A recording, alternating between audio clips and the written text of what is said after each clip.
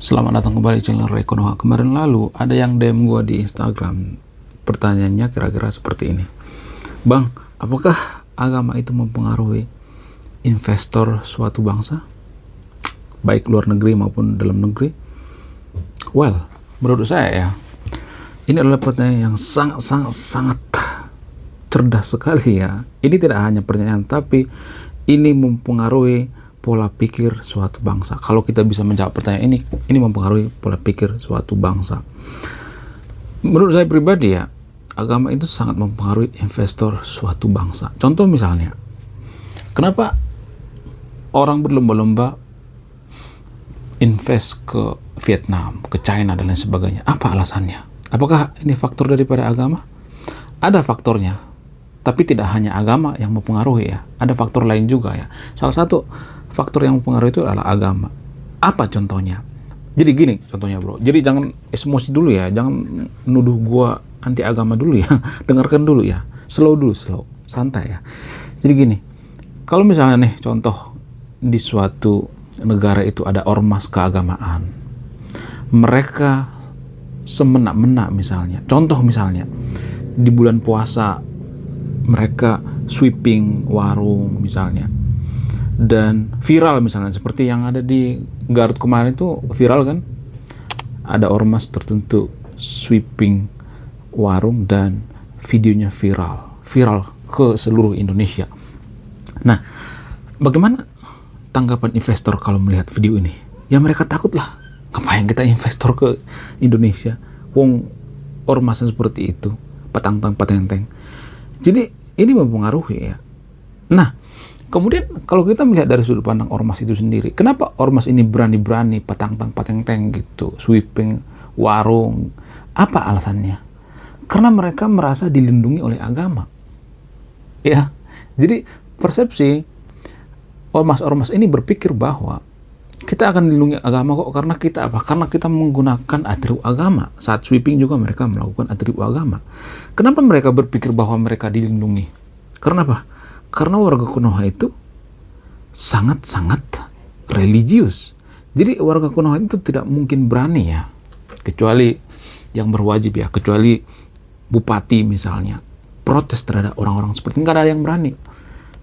Karena apa? Karena warga Konoha itu kalau sudah berhubungan dengan agama, maka otaknya akan beku. Nggak bakal mau protes, nggak bakal mau berpikir kritis. Mungkin 1 dari 1 juta orang yang mau berpikir kritis. Takut. Sehingga apa? Sehingga ormas semena-mena. Ini seperti lingkaran setan ya. Awalnya tadi apa? Semua ini berawal dari apa? Berawal dari agama, pemahaman agama yang salah misalnya. Kita berpikir bahwa agama itu sangat sakral, sangat suci dan lain sebagainya. Sehingga apa? Sehingga ormas-ormas atau premanisme yang berkedok ormas menggunakan atribut keagamaan untuk apa? Untuk melampiaskan ke jiwa premanisme misalnya. Ya, seperti bubarin paksa ya, atau seperti sweeping warung seperti ini yang viral ini.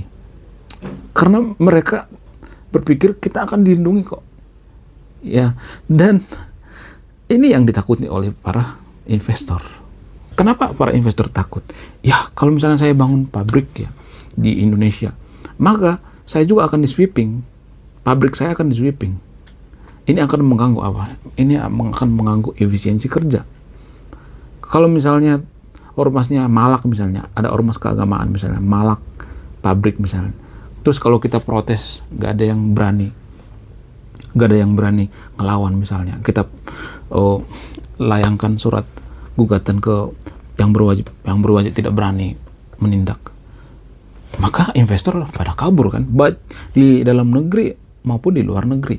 Jadi ini mempengaruhi kenapa di Konoha itu sepi investor. Jangan tutup muka deh, jangan tutup mulut gitu ya, jangan tutup mata. Ini semua ada hubungannya, ada korelasinya. Jadi semua ini terjadi karena apa? Karena pola pikir warga Konoha ya. Jadi saya tuh kadang bingung ya, warga Konoha saling menjelekkan pemerintah ya. Kita itu nggak punya pekerjaan, kita itu nganggur karena pemerintah tidak memberikan pekerjaan. Kita punya skill tapi nggak ada lapangan kerja dan sebagainya. Jadi gini guys, sebenarnya pemerintah kita juga sebenarnya sudah panik ya. Panik karena apa? Panik karena mengurusi hal-hal seperti ini. Sebenarnya mereka itu kejepit ya. Saya bukan membela pemerintah ya, karena gini, di satu sisi saya bisa tidak setuju dengan pemerintah, di sisi lain saya bisa setuju dengan pemerintah. Gini, kalau pemerintah misalnya ya, contoh ya mengundang investor Konoha misalnya, terus investornya komplain ya, di Konoha itu banyak ormas-ormas ya yang suka malakin ya, berkedok keagamaan, bikin rusuh dan lain sebagainya. Ada semacam kartel-kartel di Konoha misalnya. Lalu pemerintah susah membubarkan ormas ini. Karena apa? Karena persepsi masyarakat. Persepsi masyarakat seperti apa? Masyarakat kita itu berpikir bahwa semua hal harus dihubung-hubungkan dengan agama, termasuk organisasi seperti ormas. Jadi kalau kita membubarkan ormasnya, kita ratakan semuanya ya, tanpa pandang bulu, maka pemerintah akan digoyang. Mereka akan mengumpulkan massa sebanyak-banyaknya. Mereka akan mengatakan, ormas-ormas ini akan mengatakan, agama kita sudah dijolimi, ya, mereka sudah memancing-mancing agama kita. Buktinya kemarin waktu Wakil Bupati Garut kritik ormas itu ngomong apa? Jangan memancing-mancing agama kita, jangan memancing-mancing kemarahan daripada agama kita, jangan mancing-mancing ya Bu.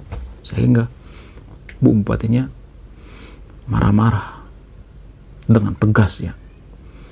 Kok Bapak ngomong seperti itu? Bapak ngerti agama nggak? Saya salut dengan Wakil Bupati. Jadi yang diutarakan oleh Bu Wakil Bupati itu benar ya. Kalau ini dibiarkan, maka investor tidak akan mau masuk.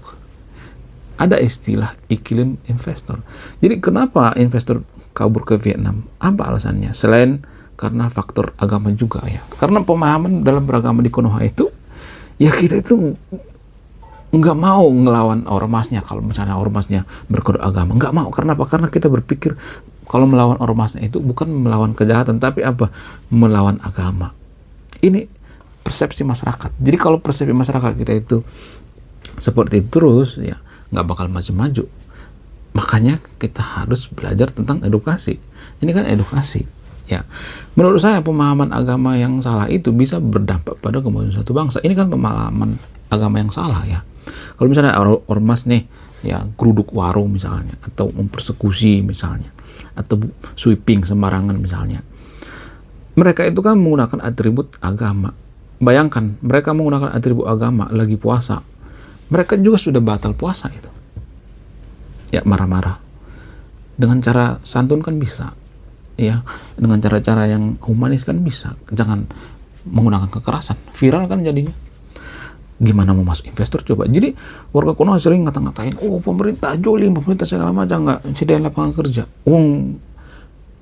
Pemerintah juga bingung lah. Kenapa nggak bingung coba?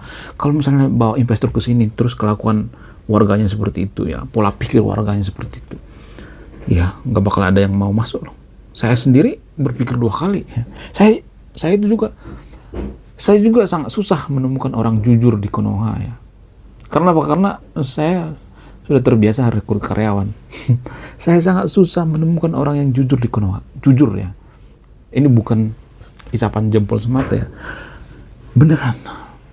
Jadi bagaimana mungkin kita mengatakan, oh pemerintah kita jolim, pemerintah nggak becus kerja dan lain sebagainya, sementara masyarakatnya berpikirnya seperti itu. Kemudian apalagi ya, karena rendahnya SDM. Jadi menurut penelitiannya, kalau misalnya nih warga Konoha itu dibandingkan dengan Vietnam, China dan lain sebagainya, ya 1:1 misalnya, 1 orang warga Konoha disuruh kerja, terus warga Vietnam disuruh kerja misalnya, mereka dikasih job, ya, misalnya dikasih pekerjaan, ya kamu harus bikin 5 meja misalnya per hari, maka nggak mencapai target.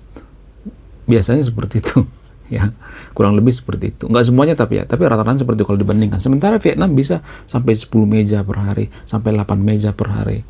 Itu perbandingannya. Jadi kita itu ya jangan teriak-teriak pemerintah nggak becus kerjanya. Sementara kita sendiri juga, kita tuh dikit-dikit ngerokok, kerja ya, ngopi dulu, jangan mikirin dunia, ya, jangan terlalu mikirkan dunia. Apa hubungannya dunia? Kamu tuh mikirin dunia mulu, kerja dong, santai dong, ngudut halak, ngerokok dulu. Ya, sebat dulu. Warga Konoha kan sering ngomong seperti itu. Jadi ini yang tidak disukai oleh orang Vietnam. Kita bergeser sedikit ke orang China misalnya. Jadi ada sebuah video dulu yang pernah viral ya. Gini guys, jadi ada warga Konoha yang kerja, terus ada orang China kerja. Ya, jadi warga Konoha ini bersihkan paret ya. Namun anehnya di video itu, saya lupa itu videonya detailnya ya. Warga Konoha itu cuma nonton ya, ada 5 orang warga Konoha yang nonton, terus 2 orang warga China. Ya, semacam inilah didatangkan dari China ke Konoha ya. Pekerja-pekerja imigran maksudnya. Nah, orang China ini masuk ke gorong-gorong kerja serius, sementara warga Konoha itu cuma nontonin ya. Bayangkan, cuma nonton 5 orang cuma nonton. Jadi kadang kita sering ngata-ngatain pemerintah, kenapa sih China itu kalau bangun proyek di Konoha selalu banyak karyawannya dari luar? Kenapa sih harus bawa dari luar dan sebagainya? Ya karena mereka itu lebih untung mempekerjakan dari luar. Ya, kita harus tahu diri guys. Harus tahu diri dong. Saya juga pernah kerja di perusahaan kok. Saya tahu kok gimana kelakuan warga Konoha kalau kerja. Kalau saya ceritain mah bisa sampai 7 hari 7 malam. Bayangkan ya. Bayangkan coba. Warga Konoha itu ya dikit-dikit berhenti ya. Dikit-dikit ngopi dulu. Terus dikit-dikit pokoknya nggak konsen banget deh kerjanya. Ditekan dikit marah-marah, demo. Jadi sangat susah emang menemukan SDM di Konoha itu. Susah menemukan SDM yang bagus. Saya juga bingung ya kenapa ya. Kenapa warga Konoha seperti itu? Apakah dipengaruhi oleh agama atau tidak? Menurut kalian gimana? Coba tulis di kolom komentar ya. Karena ini kan berhubungan dengan efisiensi ya. Gini guys, kalau orang luar itu mereka nggak peduli kalau kita melakukan ritual ibadah kayak bodoh amat. Mereka nggak peduli. Yang penting apa? Profesional dalam bekerja. Mereka nggak peduli. Lu mau ibadah apa kayak itu urusan lu ya. Yang penting pekerjaan lu beres. Orang luar berpikirnya seperti itu. Tapi warga Konoha kan ditekan dikit ngamuk, ditekan dikit nangis. Mental kita itu mental tape sebenarnya. Jadi kita teriak-teriak sama pemerintah, pengangguran banyak. Please lah, jangan terlalu berharap sama pemerintah lagi masalah pekerjaan di Konoha. Bayangkan ya, ormas belum bangun pabrik sudah datang ya minta duit. Susah emang di Konoha. Kemudian apa alasan lain kenapa investor itu lebih memilih Vietnam daripada Konoha? Seperti misalnya ya, karena lingkungan yang relatif terbuka untuk investasi ya. Di Konoha itu ya perizinan itu sangat susah ya. Bikin usaha izinnya lama banget, nunggu bertahun-tahun baru izin selesai. Ini kan semacam menghalangi ya investasi asing. Jadi saya juga bingung ya, apa sih yang dimau warga Konoha itu sebenarnya? Kenapa sih mempersulit izin? Mereka itu kan membantu kita biar misalnya ya warga Konoha itu tidak banyak pengangguran. Kita bikin pabrik biar tidak banyak gembel di Konoha, tapi malah dipersulit. Kemudian apa lagi? Biaya tenaga kerja yang lebih rendah. Jadi UMR di Vietnam itu sekitar 3 jutaan guys, bayangkan. Sementara di Konoha itu kan sudah rata-rata 5 juta ya kalau di kota besar seperti Bekasi misalnya, Jabodetabek lah ya, sudah standar 5 juta. Sementara di Vietnam itu standarnya masih 3 juta dengan biaya yang sangat murah ya, dan tenaga kerja yang sangat efisien, SDM-nya tinggi dan lain sebagainya. Saya juga tidak terlalu membela Vietnam ya. Vietnam juga sebenarnya kalau boleh jujur nggak semuanya warga Vietnam kalau kerja itu SDM-nya bagus ya, nggak semuanya. Tapi mereka dipengaruhi oleh apa? Dipengaruhi oleh agama juga. Agama apa itu? Agama Konghucu. Konghucu sangat mempengaruhi Vietnam. Kenapa Vietnam selangkah lebih maju ya daripada Konoha? Apa yang mereka rubah? Menurut penelitian yang mereka rubah itu adalah pendidikan ya. Guru-guru di Vietnam itu dirubah total semuanya, dikasih gaji yang lebih gede.